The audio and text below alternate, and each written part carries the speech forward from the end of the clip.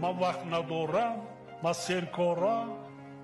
فردی که مادر و پدر دوست می‌دارد ساعت شب میاد دیدار بینی میکند، کمک میکند، دستگیری میکند، طبابتش میکند، غمخوریش میکند. ما فراموش نکنیم مادر ما را هست کرده به دنیا، پیغمبر مادر به دنیا، از دامان پاک مادر آمد است به دنیا.